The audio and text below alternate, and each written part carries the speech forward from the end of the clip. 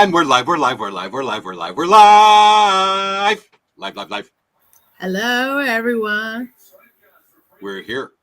Zipping down the highway at 9:50 p.m. on Pacific time on a Friday night. We're racing to our studio. Ha! And guess who joined us? Maya! Maya, where were you at the first 20 seconds we were on the show? No, you're late. With a 12-second delay, that makes you 30 seconds, Maya. We're docking your prepay. Yes, exactly. Zipping along on a Friday night, going home from a show. What a busy 2 weeks we've had. I am on time. Hello, everyone. Hey, Savay and James. I am on time. Where were you the first 10 seconds we were on the show there, Maya? I know. Even we though literally turn on the moment it turns 9:50. So I am sharing is caring. I always see one share on my thing. We are live for this week's episode of Late Night Craft Talk. Featuring, I'm going to do a voice text, the voice typing. Featuring James. What? You said featuring. I said James. Not featuring James. That would just be so conceited. I am not the main character. I'm one of two main characters. I know. Featuring a review of the film and television career of the Native American actor. Yeah. I know it's going to be a sad, but hey, you know what? What? I'm not. I am seeing it here. I was like, I don't see that we're live, but I'm seeing.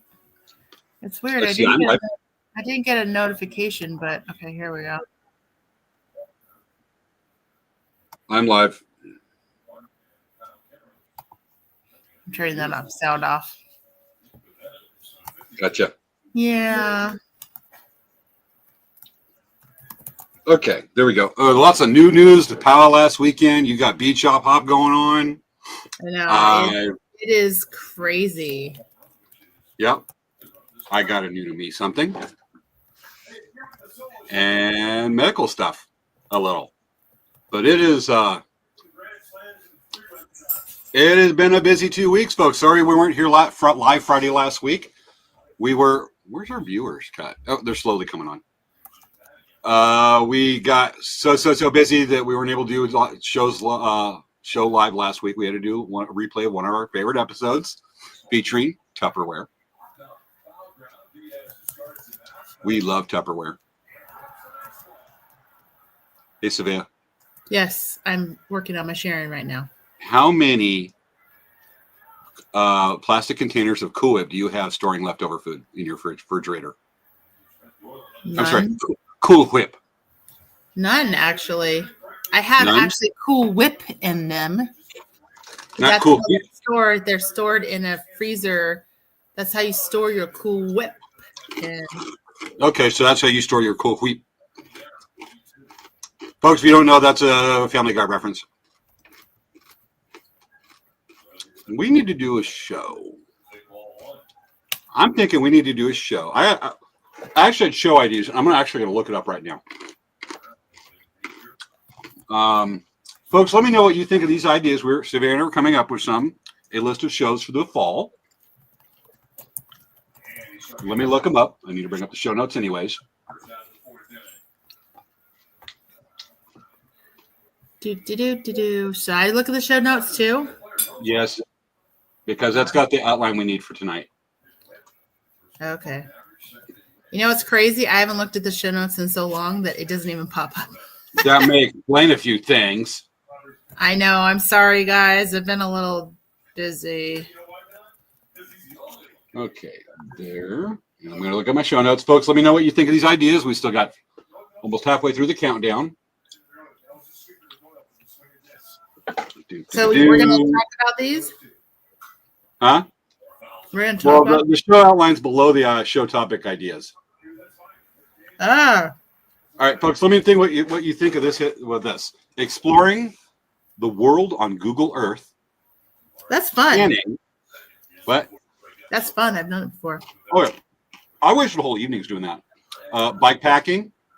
What if, kind of, inspired by the Disney shows, bizarre history. Tech time machine, examining old gadgets. I like that. The compliment battle. Guests go head to head in giving each other the funniest, most creative compliments possible. Like, for example, James, you always look so profoundly torn back. It's supposed to be compliments. Okay, sorry. So, yeah, you look so graceful with a spoonful of ice cream bigger than your nose and eyes put together. Oh, thank you. You have some ice cream on your upper lip. Probably it makes not. You look like you have a distinguished mustache. Probably not very likely because I'm eating it humanely like a person. We should have a mustache contest. Other ideas: viewer and guest talent show, 1-minute masterclass. Guests teach the audience something useful in under 60 seconds. Anything from folding a fitted sheet to tying a fancy knot, and the other ideas: 70s, 80s, and 90s fashion. That's some really good ideas. I like those. I was thinking them up, and my brain was just going, and I came up with those mostly. Mm-hmm. But those are some of the ideas we're looking at shows for this fall. Of course, October, we're just so close right now, is all about Halloween. I'm so excited about October. Big time. All right, we got a few people watching. We're just zipping down the road, rushing to get to open the show on time. I'm sitting here with my giant Peruvian Inca corn snacks, salted, my giant Nalgene full of sports drink, Brano that has electrolytes, and my kombucha. Yeah. I just had a nice little half cup of extra Rocky Road. Look at extra Rocky. I don't think I've had ice cream in a while. But look at that extra Rocky. That means it has more marshmallows and more almonds. Like Donnie Almond and the Almond Brothers. I don't know, but it's delicious. I like it a lot, but it's a smaller container than the standard Rocky Road, which kind of is a bummer because you're paying more. You're getting less ice cream, but that just makes me mad. But it's what it is. Guess what? Oh my gosh. OMG. We're going to have to do something about that. And your birthday. What? Birthday month. Isn't it birth month? I recommend everyone try birthday months. It's so much fun. Why would you call it birthday month? When you celebrate a month, it's birthday. Just call it a birth month. The reason why it's cool to do it is because think about it. Spend time to go and see friends that you don't get to see normally, or make appointments to go see people, Ooh, Wendy, I had ice cream too. I guess tonight's an ice cream night. James, where's your ice cream? I don't need ice cream. I mean, everyone. I'll do frozen yogurt. Pretty much. Well, yeah, get your frozen yogurt. I haven't had any while. I only do it like on special occasions.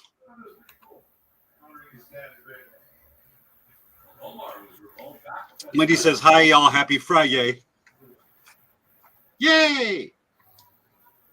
I go visit Wendy. I got to go to 29 Palms pretty soon, couple weeks. Okay.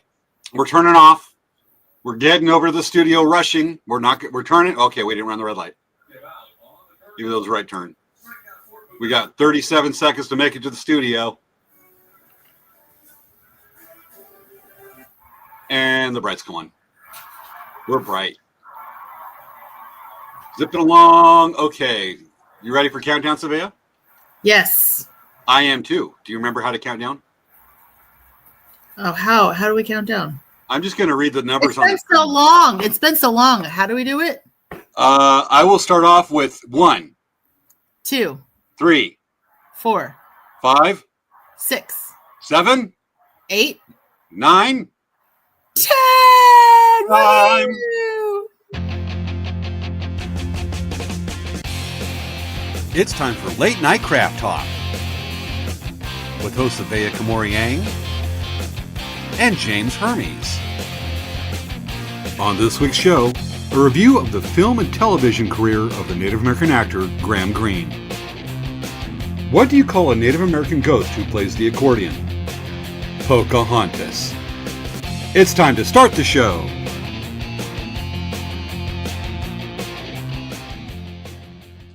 I wish you could, folks, see us dancing while the credits are going, because here they're going, we're like comparing stuff while we're dancing. Yeah, like we're like trying to show off, like be better than each other. I was doing the robot earlier.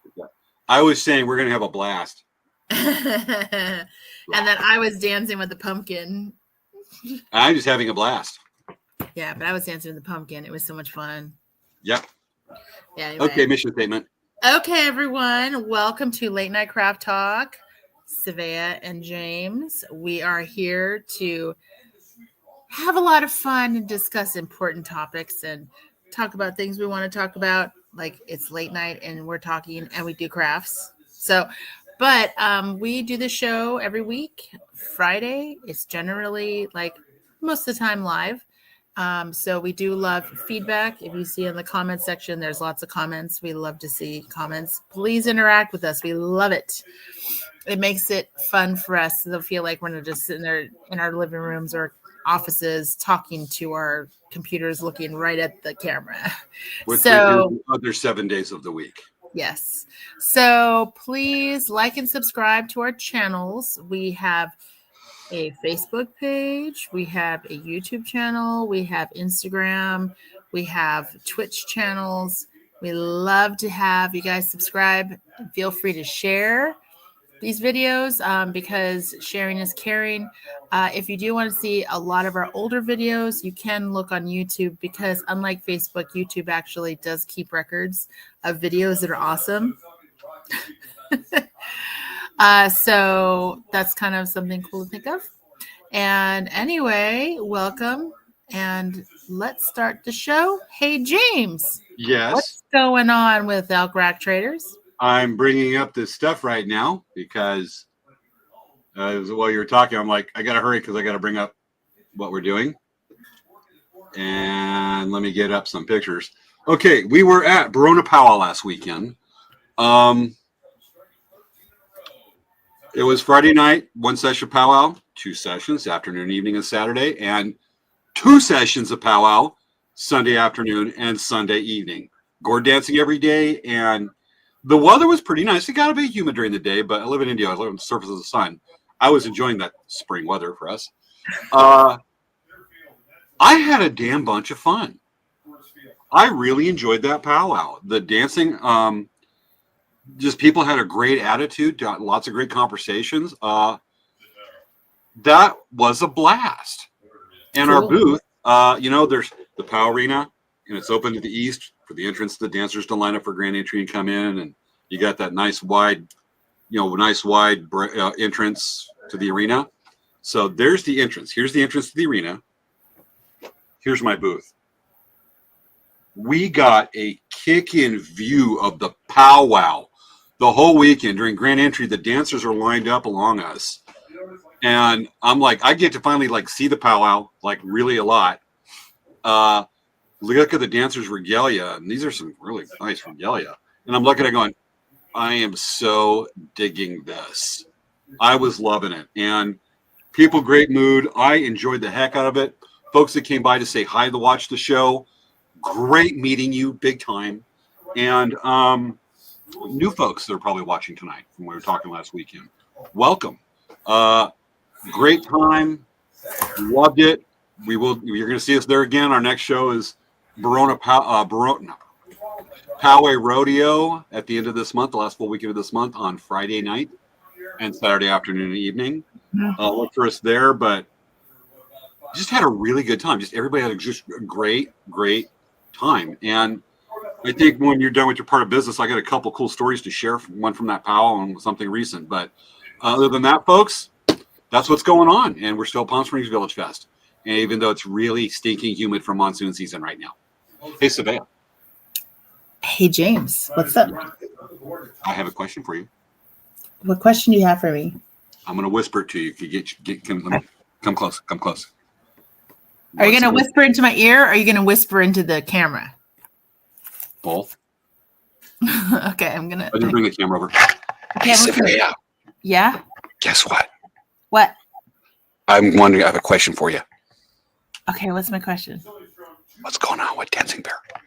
Oh my gosh, you guys. It's a secret. Don't tell anybody. Oh, it has been. So. You're busier than an one-legged guy in a butt kicking contest. I know that. So basically, you guys know that I went on a birthday. I had my small birthday trip, right? So the day that I came back from my birthday trip, the first day back, I literally had been working nonstop. So going in early, like about 6 to 7 in the morning, at least, and staying till 8 or 9. And I've been doing this since then. So it's pretty much been almost 2 weeks straight of working every day.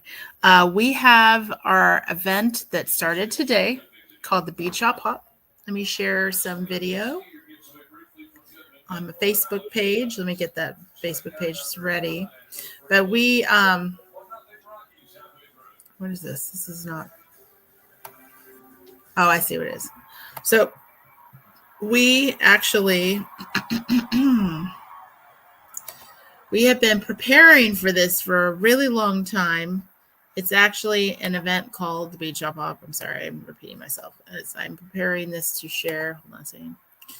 Come on. I'm going to share my screen so you guys can see the stuff we've been working on. Okay. So we have an event called the Beach Shop Hop, and it is an event that we do with 8 other bead stores, a total of 9 stores. And that's why we pretty much also haven't been participating in Verona, because this is an event we've been doing for over 10 years. And it always happens on the two first weekends of September. So generally that coincides with Sequan, and sometimes coincides with San Manuel. The first weekend is tremendously the busiest. So we have been preparing for this. This event, one of the things that's cool about it is it has make and takes. So there's a lot of people that love doing these things because they get a chance to go to the bead stores and they get to do these classes for free. So you have to pay for the supplies, but we teach this class for free. So this is one of our make and takes. It's actually a pendant with diamond dots, which are so fun. We glued down these glass beads and then we covered it with resin. So it's like it kind of makes it super duper. Hold on. We're showing the closing credits of the show. What? Yeah, we're running across that issue again. Reshare your screen. Reshare my screen? Yeah. Okay. That's not what I wanted. Yeah, reshare it because it's doing the StreamYard goofy thing again. Okay, do you see it now? Yes, there we go. Okay. So did you see this at all, or you saw the end thing? All they were seeing was the bandana at the opening closing of the show. Okay. So this is our pendant. This is one of our make and takes that we're doing.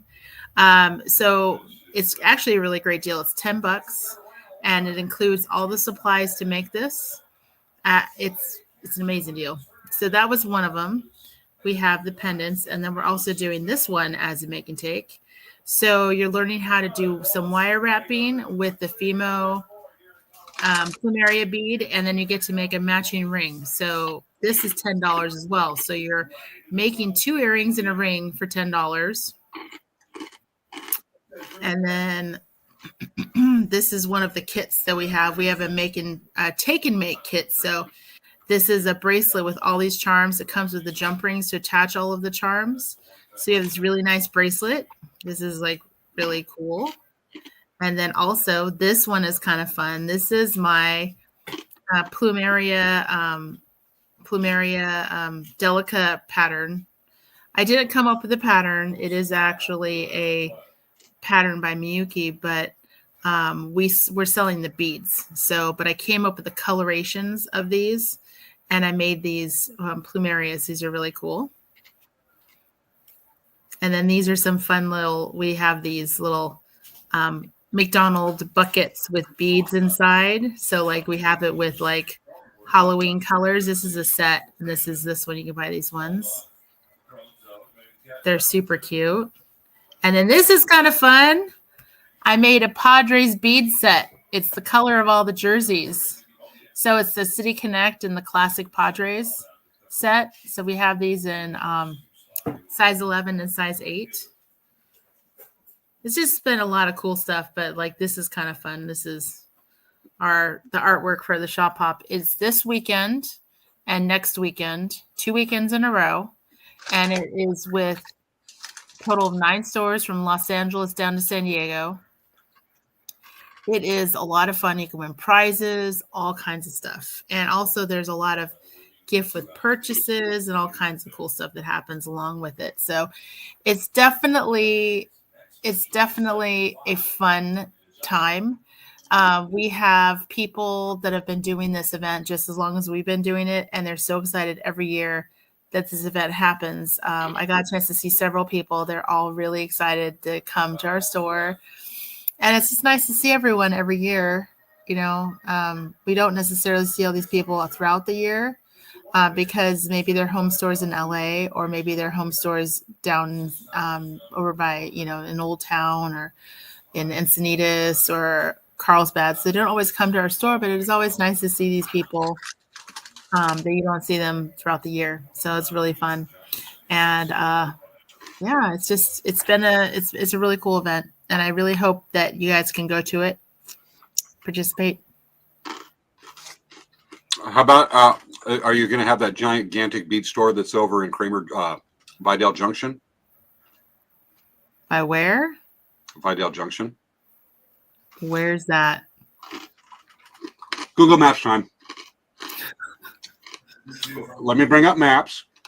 Vidal Junction is known very lively. I'm kind of surprised. Very well known for its garment district. It's not a particularly large town per se, but this is, and let me get the satellite view up. This is, you ready for it? Yes. This is Vidal Junction. Do you see it? Or is StreamYard doing its thing again? I see it, but where's the bead store? Like somewhere in there, if there is a bead store. Of the 5 buildings that are there? Well, actually, I mean, if you go straight, you end up in Needles. If you go to the right, you end up in Parker, Arizona. And if you go to the left, you end up in 29 Palms. It's near a major city. I mean, look, when I'll zoom out, look how close it is to a major city. Okay, yeah, it's not close to a major city. Are you talking about a major city like your Indio? No, it's actually closer to Needles. I think Needles is the closest major city. Or okay. Parker. So look, I mean, look, if you follow the little cursor, if you go this way, here's 29 Palms way over here. It's only like 1, 2, 3, 4 inches. Yeah. Do you want to ride your bike there right now and message us from? No. But let's take a tour of Vidal Junction. Look, there's the California Ag Check Station. Let's get rid of that pop up. And there's the road in. You have a lot of traffic to beat. And there's the abandoned gas station. Abandoned gas station, okay. And there's probably an abandoned house. Well, it looks like it might be historical. It might probably, or hysterical. There's the Ag Check for California. And there's a Sunset. Lots of dirt. Lots of dirt. And weeds. Probably that.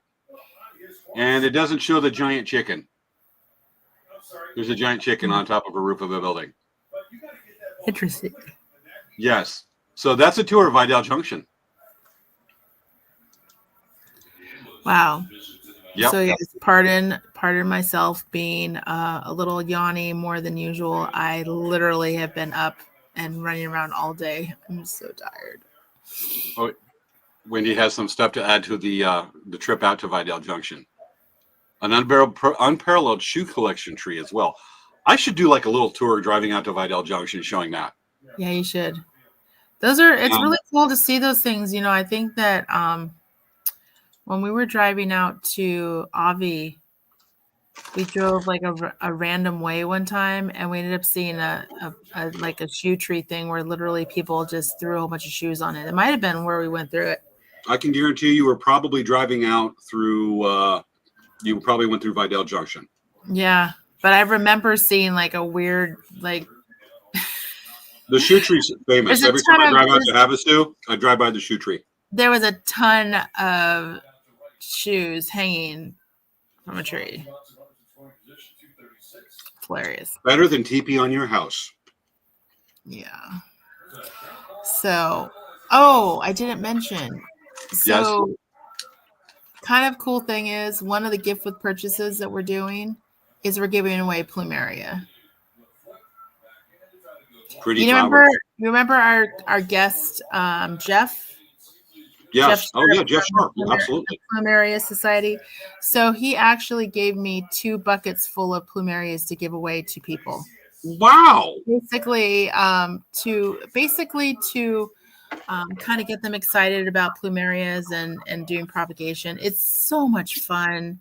And then also I want to shout out if you guys really want to go buy a plumeria, there today, which obviously, not today. Is it today? It was Friday, Saturday, Sunday. I got a message from Jeff, and he said that they were. Actually, let me see when it is. The Plumeria Society. I think he sent me the same thing, but probably a couple weeks ago.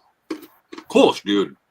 It's an annual event they do, and I was excited that I was thinking, it's tomorrow.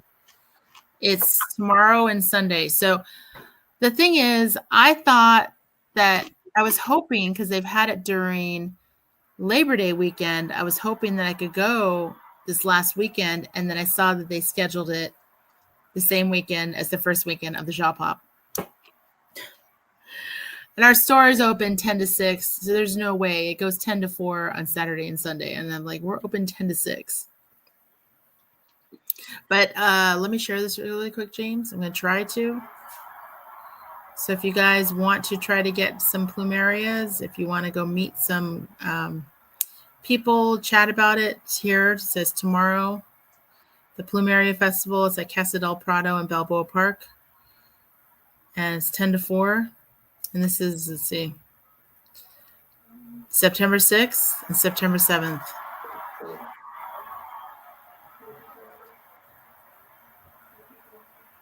Got it. Okay. But I'm really excited. I actually, I've been, what's I going to say? I've been, let's see, where this. I've been watching for the, that's weird. It didn't put us back to our format. Yeah. So I'm excited about it. I'm hoping Jeff might hook me up and get me a plumeria that I kind of want to get, but I want to get one that's already rooted, because they're hard to get. They're hard to root. Sometimes some of the colors are hard to root. Roots. Yes. Oh, we have to pause the show. Okay. Yeah. Let's pause. Let's folks. We're going to pause the show for a moment. Maya is going to be right back. She'll leave momentarily, so we're going to go ahead and bring on some commercials. Yes. Do you want to have a blast? Try blaster guns from Akami. Your turn. Do you guys ever want refreshments? Dr. Pepper. It is a 0-calorie food. And as always, 0 calorie, 0 sugar, 0 calories. Mom, I don't want to eat that rice. I don't want to eat that Chinese food. I don't feel right with eating with a fork, but I want to eat it with the fantasy creature. Then, honey, try unicorn chopsticks. With this, your child will want to eat Asian food respectfully with the fun of mystical creatures, the greatest being the unicorn. Available at your local someplace to get these. Brought to you by Dogs Love Beef. Jerky treats that are made with USA raised beef, 100% premium jerky treats that feature savory beef and are simply oven dried to create a mouth-watering experience for dogs. And you know what? Let me show you something. Still waiting for Maya. Chewy, come on, come here. Come on, up here. Dogs love them. Do you love this, Chewy? Here, come on, again. Come here. Come on, up. There you go. Okay, come on, Chewy. Maya had to share the Plumeria flyer. Okay, so Maya's back. I won't do the commercial about a blinky red light. My fingers are covered with like sticky from the trees. Well, I have a blinky red light. I'm just going to keep that going, but I might set off my sensory overload seriously. Yeah, Turn off blinky red light. There we go. Okay, Maya, we were just doing commercials and a commercial break till you got back. Now that you're back, we continue the show. So yeah, Maya, if you do end up getting a plumeria at that festival, make sure to look for Jeff Sharp and tell him that you saw that they were having the sale on our show, Late Night Craft Talk. Totally. Wendy Hodge says, when we were talking about Bad Elk Junction doing a show going out there, she says, yes, you should. Yeah. And then Maya asks, why do they put shoes on the tree? Here in my area, hanging shoes have another meaning. Well, maybe that's because hanging shoes in that area means that that's what happens in that area. Maybe, but let's take a look. Here is where the hanging tree is. And if we zoom in, it's at an abandoned gas station that was open like 1 billion years ago. Zoom in. And this is what the hanging tree looks like. The shoe tree. It's not only a tree, it's the old sign of the gas station. So, yeah, we're going to go through the pictures here. All high end. There it is. Obviously, somebody's video. There's more views of it. Hey, folks. You know what, James? It almost looks like barnacles, doesn't it? It really does. So, Maya, paintings. This came from Costco. If you want it, my dogs love it. I don't know if they still have it, but Chewy, who has a very sensitive tummy, he can eat this. So now Chewy is hanging around me because he thinks he's going to get more. There's a lot of pictures of shoes on this place. There's more pictures of the shoe tree than there is of Vidal Junction. Wow. You're kidding. Okay.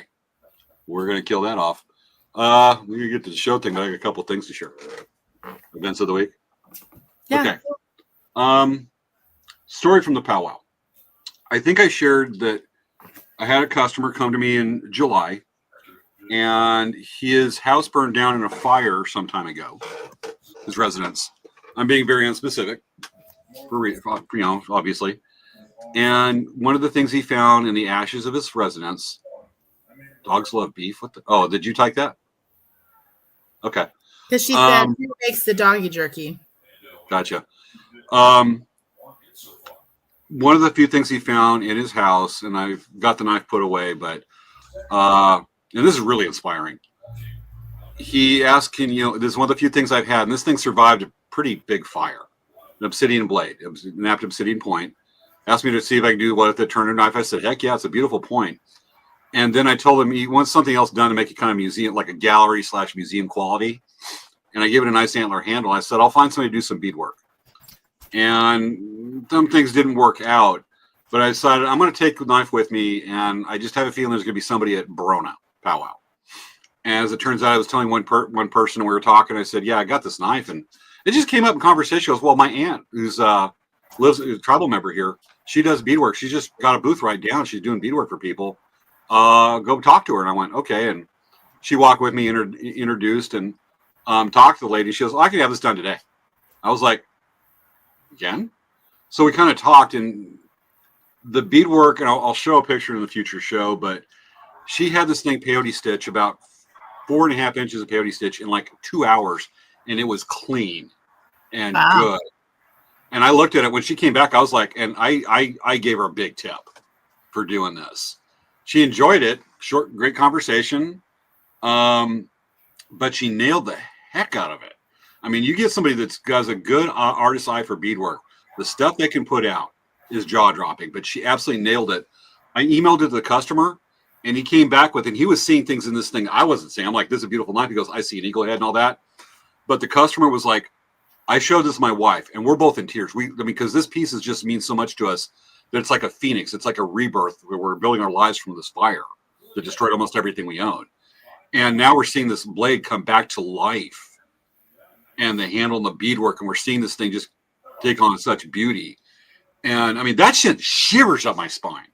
Yeah. And some things are meant to be. I just was meant to find this person to do the beadwork, and it is. And Savannah, I'm sure you can identify with this. That our businesses are a cross of. There's a mixture of religion, culture, history, artistry, psychology, interpretation that we have, and to know that you are there for a person at the right time, right place, and bring this and make an impact on their lives and just their outlook. To be able to have that opportunity is so freaking humbling. Absolutely, that's the feel-good story of the week. That's wonderful. So, yeah, and I think that's actually a good segue to our show subject because it's already 10:27. I know, right? Yeah. Obviously, if you don't know, Graham Greene, who's a very well-known Native American actor, passed away last Monday. And we want to change our very highlighted show that we've been promising for a while, that we're going to have to move it to another date, where we cover the history of Tupperware. Yes. I mean, we had a whole show planned for you about Tupperware, but we actually decided that it's way more important to talk about Graham Greene and how much of an amazing actor he was, and how he was actually he was a great actor. And I'm very sad to hear that he passed. He was, like I said, he was a very well-known Native American actor, and he was very respected in the industry. Oh, huge. I'm looking for the show notes that. Where the heck's the show notes? I'm going to have to do that. Hold on. I need to do a little fix. I'm doing a split screen with my computer just so I can get the show notes up here. We worked on this whole outline for this because he's so well known. We wanted to do something just amazing. Graham Greene's one of those people, one of those actors that. Do you want me to read it, James? The comprehensive outline of the career of Graham Greene? I have some PowerPoints that go with that, but yeah, if you want to start it, go for it. Totally. Okay. So basically, you want me to just read that out? I'm actually about to have it up here in about 5 seconds. Okay. Now, folks, I'm going to go ahead and admit that we started this. This has turned into a bigger project, going over his movie and television career. Because it's so extensive, it spans over 50 years. It's so extensive that I only got like a third of it done. But he's so impressive. He's so extensive that it's more than people realize. It's not just Dances with Wolves and Thunderheart and a few cameos. He's really done some amazing stuff. But go for it. I'm looking. Oh, he was in. I didn't know he was in that. I actually had to leave some movies out. Yeah. We were talking about cameos, just saying, here's the guy from Dances with Wolves type cameo. Not cool with that. Yeah, I know. Yeah, he did have the. I think I remember. Anyway, so do you want me to just read off? Go for it. Okay. All right. So, film roles, comprehensive outline of the career of Graham Greene, focusing on his film and television roles organized by medium and chronological order. Film roles. Early career: Running Brave in 1983. A young Graham Greene appeared in this Canadian biographical sports drama based on the story of Billy Mills, a member of the Oglala Sioux tribe located in South Dakota, and how he was recruited by the Olympic running team and won the gold medal in the 1964 Tokyo Olympics. Revolution, 1985. Wada, I guess that's the name of the character. Yeah, Angwata. Yeah, Graham Greene played the character of Angwata in this 1985 British historical drama starring Al Pacino and daughter Sutherland, featuring frontiersmen in the colony of New York who involuntarily became involved in the American Revolution. Can I do the next one? Yeah. Because I'm looking, I got the script up here. Okay. This, and we got some personal, let's add some personal commentary. Obviously, if we've seen the movie, and my camera reset to wide, I'll just go with it. You can see kind of like see background a little bit. Damn it, StreamYard. So one of the movies he did it was a cameo, but I literally love this movie. It's Powwow Highway. It came out in 1989. This is the first all Native American cast, predominantly directed, everything Native American. First movie, I believe, at all. And it's a cult classic in Native America. And he had a bit part where he played a Vietnam veteran in it. This movie, if you don't get Native humor, you have to look some stuff up on it because it's full of it on that one. But fun movie, love it. Deep, surprisingly deep in a lot of areas. And yes, Curtis, we'll cover that. I'm looking at Curtis Youngberg's comment. But here's a picture of Graham Greene in minimize screen. Here we go. Here's a picture of him and how Powwow Highway is a Vietnam veteran. I don't know if he actually was a Vietnam veteran. It's surprising the conflicting information on his IMDb database, his Wikipedia page and whatnot, how inconsistent they are. I've been reading up over the week, so it's hard to tell about some of this. Even interviews with them are not consistent in what they've shown or reported, which is, I personally don't think it pays respect to Graham Greene on this, the different information, but loved him in Powwow Highway. And should we cover the next one, the big one? Yeah, you can do that one. Can we do that one? Yeah. Okay. The standout role that everybody's going to identify him with was with the 1990 Kevin Costner movie, Dances with Wolves, which I think this is the first time we've ever actually mentioned that movie on the show. Mm-hmm. In the orientation of our businesses. He played Kicking Bird and was very critically acclaimed. I think Dances with Wolves won like 7 or 8 Academy Awards. It damn near swept that night. And he came out with an Academy Award nomination for Best Supporting Actor for playing Kicking Bird. And after that, it's like, he's the guy from Dancing with Wolves. And he did a hell of a job in it. Really did. Mm-hmm. I mean, that was his standout role. And, he's done some amazing stuff since then. It was just a well-rounded body of acting. But Dancing with Wolves 1990 is the most well-known. And I have a slide. I should play that slide because I put the time to make it. And there he is. The iconic role is Kicking Bird in Dancing with Wolves. And also not much older than Mary McDonald, who played Stands with a Fist, even though he's father. But you know what the heck? Who can read age? You want to do the next one? Or can I do the next one? Have you ever seen that movie? That's next? No. Okay, I mentioned on the show before. The next one he does, and I'm going to bring it up the picture, clear cut. This is not well known, and he does a hell of a job in this movie. It's debatable. It's kind of open-ended what exactly his character is, but he plays an indigenous activist. Some say that. Some say a trickster spirit. Some say a water spirit. It's obviously up to her interpretation, but he plays an activist. There's a white lawyer who wants to go against this company that wants to clear cut this forest on a Native American First Nations reserve in an unspecified province up in Canada. And he just appears. And let's just say that in one part, and I've put on a show before, I've said it, that at one point when they kidnapped the owner of the lumber mill, he debarks him. And it's vivid.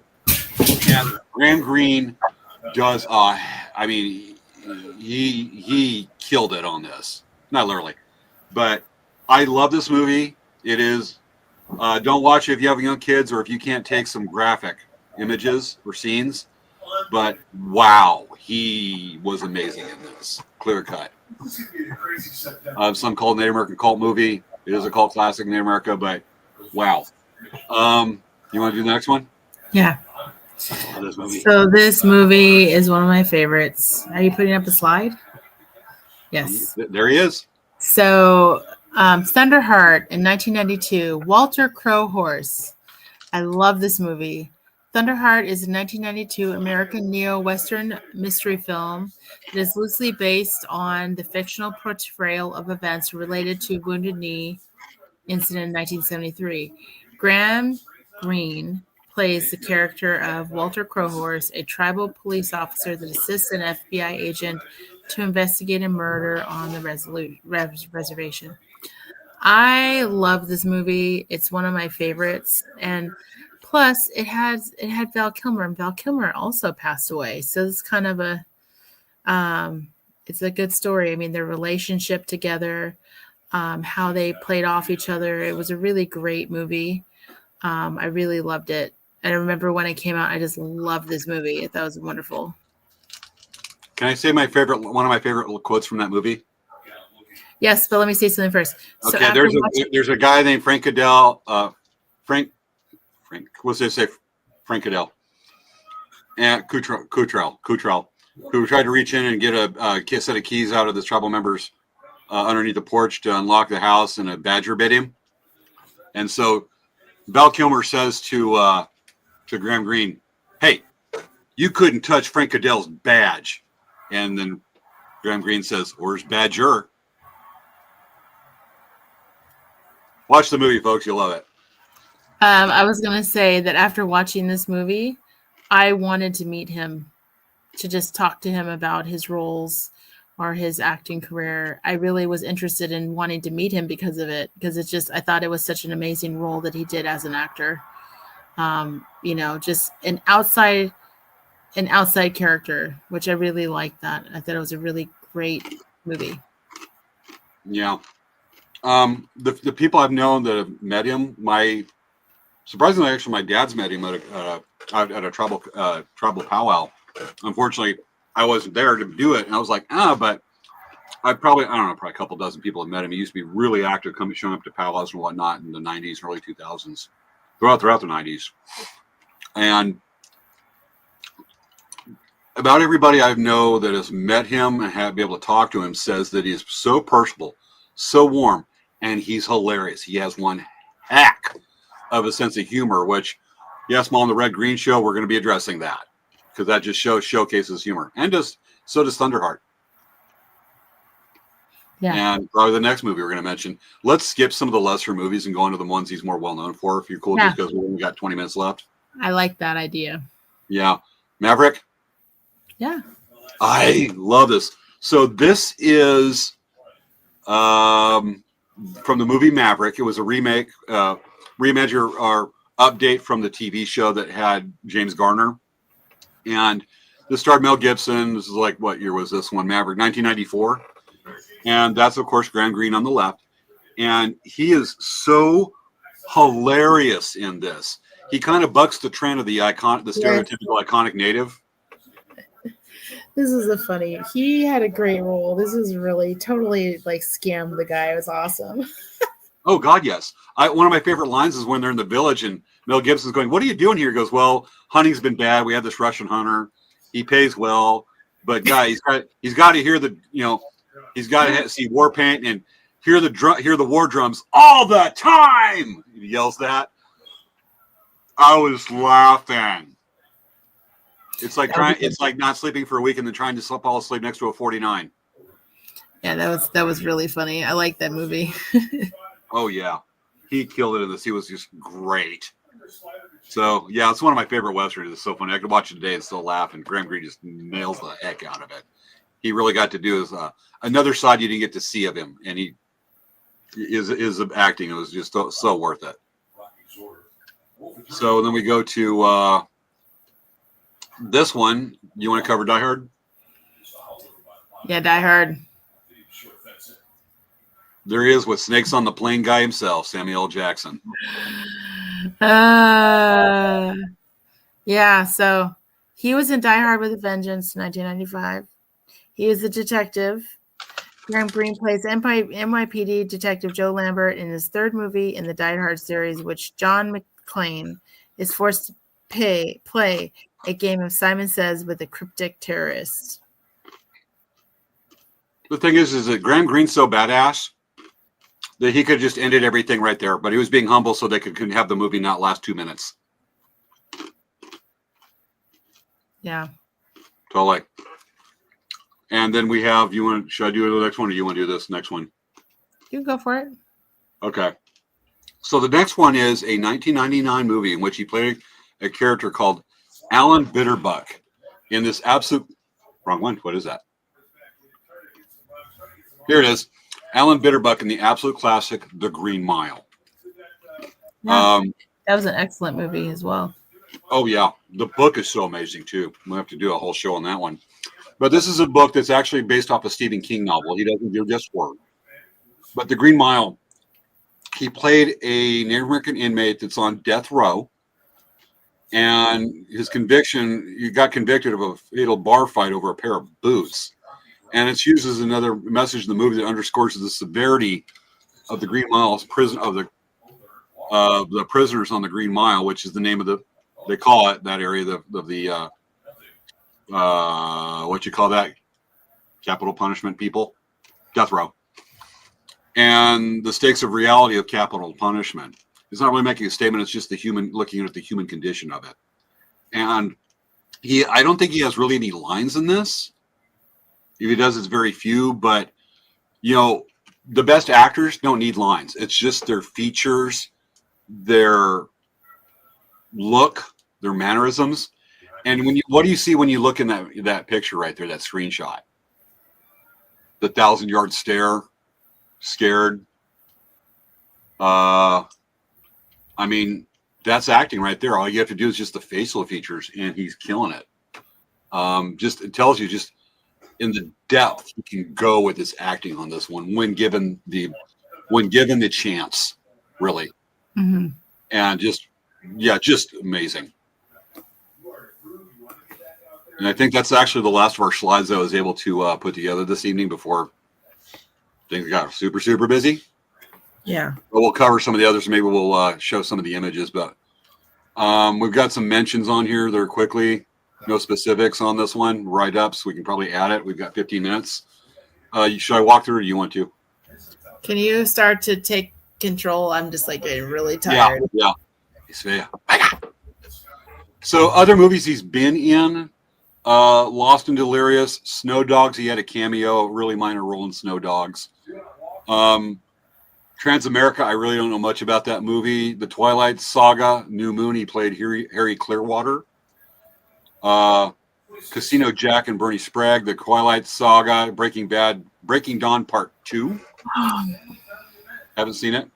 Winter's Tale, The Shack in 2017, Molly's Game. And I loved him in this, in the movie Wind River. I love that movie. It's a movie loosely based on and influenced by the Red Hand movement about the missing human trafficking of and missing and abuse of Indigenous women. Jeremy Renner did a hell of a job on that movie. So some other movies he's been in, and it's usually bit parts. It just doesn't. It's beneath him, but he did it just because he's awesome. Through the Black Spruce, Tar, The Wolf and the Lion, And Antlers was his last movie in 2021. I don't know much about that movie. His TV roles. Have you ever seen Northern Exposure? You know, I Came think on CBS. I need to go revisit that show because when it came out, I think that it was a little bit of an older audience for me to watch. It was. So I never really watched it because it's like I said, it was never really my kind of age group. I mean, you know how you're so much older than me. I mean, makes sense that you would watch it. There's like no difference in our ages. We're both under 50, but we're both over 20. Oh, I'm sorry. Somebody's lying here between the two of us. Right. I guarantee you, you walked right into that. it's one of the two of us. But who can you believe the most? Northern Exposure. Yeah, CBS in the 90s was what all your grandparents watched. It was like a whole network, almost a whole network of NCIS. Everything. That means old people watch it. But this show was so smart. It was slow paced, but it was so smart, so intelligent that it was, and it really underrated, but it was amazing stuff. And he played Leonard Quinhagak for 5 episodes, recurring character in the show Northern Exposure. And it's about a Jewish doctor that's stuck serving in a small Alaskan village that's mostly native in the northern half of Alaska, middle of nowhere, and just how boring it is in his life because nobody really needs a doctor with the skill. And just the quirky town, and it's just really fun. And he was in that show. His also television career included Wolf Lake, a regular role in this a CBS show about the supernatural. Another one was Cover Me, based on the true life of an FBI family. I don't know what he played in that. Into the West, Conquering Bear. Did you see that one? No. Honestly, that's probably the only role I've seen him in of a lot of these movies. And I haven't seen everything, but Into the West, I liked him in it. But Into the West as a whole is a stinky pile of crap.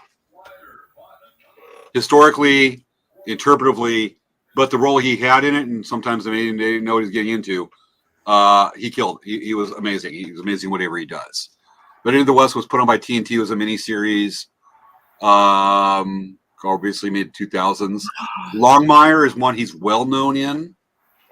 That point from 2014 to 2017. I've yet to get into that show, but I've heard great things about him in it on there. And he was also, get this, in Murder, She Wrote with Angela, what's her name?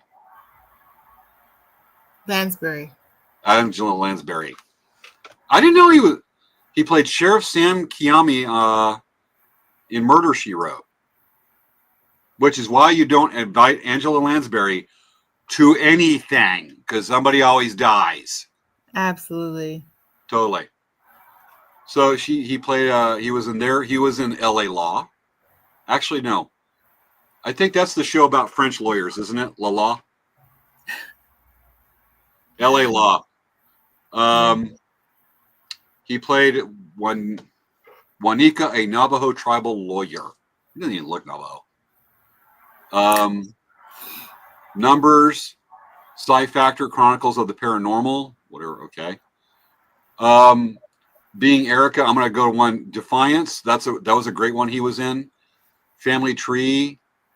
A miniseries called Shattered City: The Halifax Explosion, and he also had roles in Tulsa King. That was an underrated movie. Riverdale and American Gods, which is another not well known but very well done TV series. But probably my find that shows his best range and his incredible sense of humor is The Red Green Show. You ever watch any of that? You know what? I think I would have to watch that. Sounds probably really good. It's dad jokes, clean humor, which is nothing wrong with that. Oh, I loved him in Echo. Oh my gosh, he was so funny in Echo. Oh, I haven't seen Echo. Oh my gosh. Yeah, he was good in Echo. I remember that. I totally forgot about it. It was funny. It definitely showed his humor. He was a good actor for that. I think that he yeah.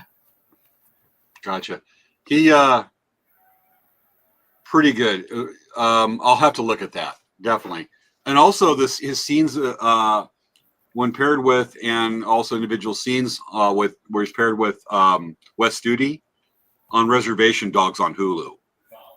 And I know he's in season 2. It's still airing. The new episodes are airing, or if they're about to, on Hulu. And Reservation Dogs is hilarious and so good. And he's in there. And I've watched some excerpts with it, and he's in there. That was probably the last show he's involved with that I'm aware of. But you know, just the tongue-in-cheek lines. I mean, this is the show that gave us William Knifeman. But just the body of acting, and you know, by then he's coming in as basically the respected older actor as well as the role. But just a great body of work, and a lot of stuff that you look at makes you think, makes you appreciate, and makes you laugh with what he's done.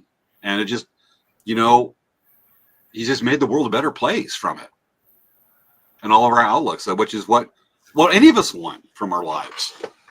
And just awesome stuff. I got to watch more of him on the Red Green Show. I've been watching clips, and unfortunately, we can't play any clips on the show because of copyright. But we don't want those dings again. Nothing. But folks, it ain't as corny as Hee Haw, but Red Green Show is a Canadian show. He had a reoccurring part on, and it is so funny. Okay, hold on, James. Really? Yes, it is the one on Disney.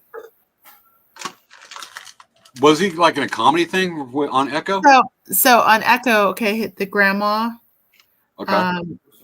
I guess she had pawned her sewing machine, and the guy that I'm not sure if he was the owner of the pawn shop or he was the manager of the pawn shop. But she goes in, she's like, "Hey, do you still have my sewing machine?" And he's like, "Yeah." He's like, "I didn't have a heart to sell it. I've been keeping it for you." So he had this sewing machine for this girl that was she was his love interest. And he tries to be all player and tries to be like kind of modern, kind of cool. And so he put his hat onto the side, and he's like, "Hey girl," like he didn't say this, but he's like, "Hey," you know, and he's like, you know, "I was waiting for you to come back, and I want to see you, you know, maybe we can go out sometime." It's just cute. It made me laugh because it was really funny. Like he was flirting with the grandma because like he had game. It was funny. When I saw him in that, it made me laugh because I was like, "Oh, that's so funny. That's a good role for him." Definitely. Yes, we were featured. Yes, we were featured in the powwow. Yes, that was us. I was wondering if you to see that comment from Maya. You know what, Maya? How come you haven't watched Echo? You, of all people, especially being our president of our fan club, you should have watched Echo by now. Maya? James, it's time for the finger wag because this is Maya. serious. You got this to yourself, Maya.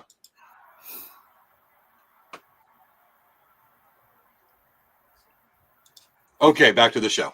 So better watch the show Echo before the next show happens because you know that we're going to be giving you test questions. Be prepared. We're totally going to do that now. Yes, we are. Got it. Oh, he played Red Chief Rainsfall in Red Dead. Wait a second. How can you forget, Maya? You forgot about Dancing Bear Indian Trader on Echo, and you're just remembering? Savea, we're beyond a finger wag. My feelings are being hurt.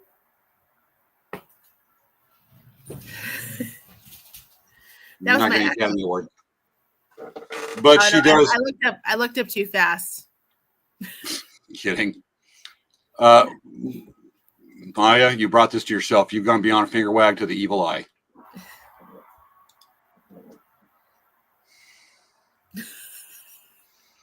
All right, Maya, you did that to yourself. I hope you feel appropriately punished. I want to get to Curtis Youngbird's comment. He said that more recently, it was a pleasure to see him on the HBO series The Last of Us. That first season was so great. I'm not a big fan of the second season. I recognized him right away. It was incredibly sad to hear about his passing. He was great in that bit he had in The Last of Us. And if you notice, if you're a fan of Northern Exposure, his wife was one Marilyn Whirlwind, the famous person who worked for the doctor in Northern Exposure, the woman that could say volumes by saying almost nothing at all. That was the specifics of her character. She was also the one driving the car in reverse on the res on the movie Smoke Signals. Because there's always that joke about somebody with the car that's stuck in reverse. Don't be that person on the res. It's not bad. It's not good on your transmission. So definitely. Okay. Few minutes left on this one. So I'm so sorry. I'm like seriously starting to fade. Like I'm like barely. Do this. Harder. Harder. Harder. Both hands. Both hands. That's not both hands. My other hand is holding my body up so that I don't fall down. Okay, try this. No. Please. No. Please. Here, I'll do this. Okay, better. So many jokes there. Okay. He was great, and so was his casting. His co-starring wife, both were great together. Absolutely. So from Curtis. I don't know the specifics of the story, but one person who saw him at a powwow, a good friend, unfortunately passed away a while back, said they saw him at a powwow, and I don't know the gist of it, but he said something like, "The grass is great, man. My feet hurt." And he's taking off like his moccasins on the edge of the circle and going, "I'll dance like this." I guess something's lost in time with the story, but he said he just had 3/4 of the people at the powwow just cracking up on his antics. He's just funny guy and deeply emotional. I watched some interviews with him this weekend. Again, I mean, parting words on the guy. If you're going to have a life that's can be measured in success and lives touched, and you know, if you're going to pass away and you're going to leave a hole, a blank space. But the fact is that you can touch so many people in a positive way. There's something noble to be said there. I don't know what it is, but I think I'm alluding to it. But wow, yeah. What a way! And damn sad to see him go. And he's only 72. Mm-hmm. Yep. Okay. Can I bring this thing up and show my new thing? Sure. Okay, folks. I've been wanting a gravel bike. And why is this thing not popping down? Here, want me to try? Oh, no, it's okay. I've got a Facebook notice that is not clicking off. I clicked stop sharing. Here, try now. No, it's not that. It's just I have a Facebook notice that's not clicking. You know when you have a Facebook notice that comes? There we go. We're good. Okay. So I've been wanting to look for this bike. A gravel bike, which is a hybrid between a road bike and a mountain bike. Do some bike packing. And I was looking at a Facebook ad, Facebook Marketplace, and I went, wow. And so, folks, meet, and I got to give it a good name. I bought the bike. I'm going to show it. But I wanted to give it a name. I'm looking at it going, I could call it, it's green. Hulk is kind of on a skinny road bike type thing. But I was thinking I could call it guacamole or guacpocalypse, like a guacamole apocalypse. But then when I got home, I took what's called a top tube bag and put on it and went, it matches. And I came up with the name. I have a top tube bag that's a little bag fits in front of the handlebars or behind the handlebars that looks like a taco. And the bike's kind of forest green. But folks, I bring you, and I came up with the perfect name. I bring you Taco Apocalypse. because there's a top 2 bag. So, fun bike. First time I've ever ridden a road bike with them skinny tires. I've always ridden mountain bikes. That's all I exclusively know, really. Went out for a 50-mile ride this morning. It was fun. I mean, that sucker's feels like a rocket to me when you used to ride a heavy mountain bike. But get this. Okay, there's the thingy. Look at the chain. I've never seen one of these. I've heard of it. I've never seen one, and now I owns one. Look at the chain. It's a freaking belt. And the gearing, all that, what's called a cassette with all the little sprockety things that go around that the chain jumps onto, is all internal inside the hub. It's called a chain drive. I'm like, dude, this is crazy. Wendy says Green Arrow. Taco Apocalypse. Green Arrow implies a good guy. Hey, James. But, yes? It's already the end of the show. Let's go. Yeah, I know. I'm done sharing about it. But, folks, we're going to have some fun with some videos with Taco Apocalypse. So, be ready for that. And with that, what's next week's show? I don't even know. You forgot. I can't even. I'm so tired. Come on. Let's go. I'm just kind of having fun kind of torturing you. All right, folks, we got to go. But next week we are back. Savannah and I will be on the show live next week. We will be bringing it back. We keep on promising this. We will be back with the history and cultural impact of Tupperware. With that, this has been this week's episode of Night Craft Talk. Savannah's going to say something noble that she's been waiting to and totally has the energy for. Good night, everyone. You've had a long day. Sorry about the torture. But all right, folks, this is this week's episode of Late Night Craft Talk. Do yourself a favor. Pick out one of your favorite Graham Greene movies. Watch it, remember, and try to live a life that people remember you that can be brightened so much. That's one takeaway from him in our week with him. Otherwise, see you next week. Tupperware. Bye, guys.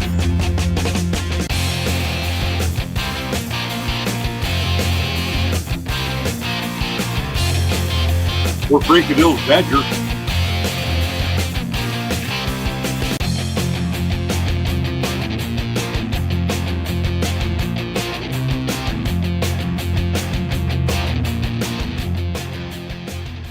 Oh, ain't he cute? I'm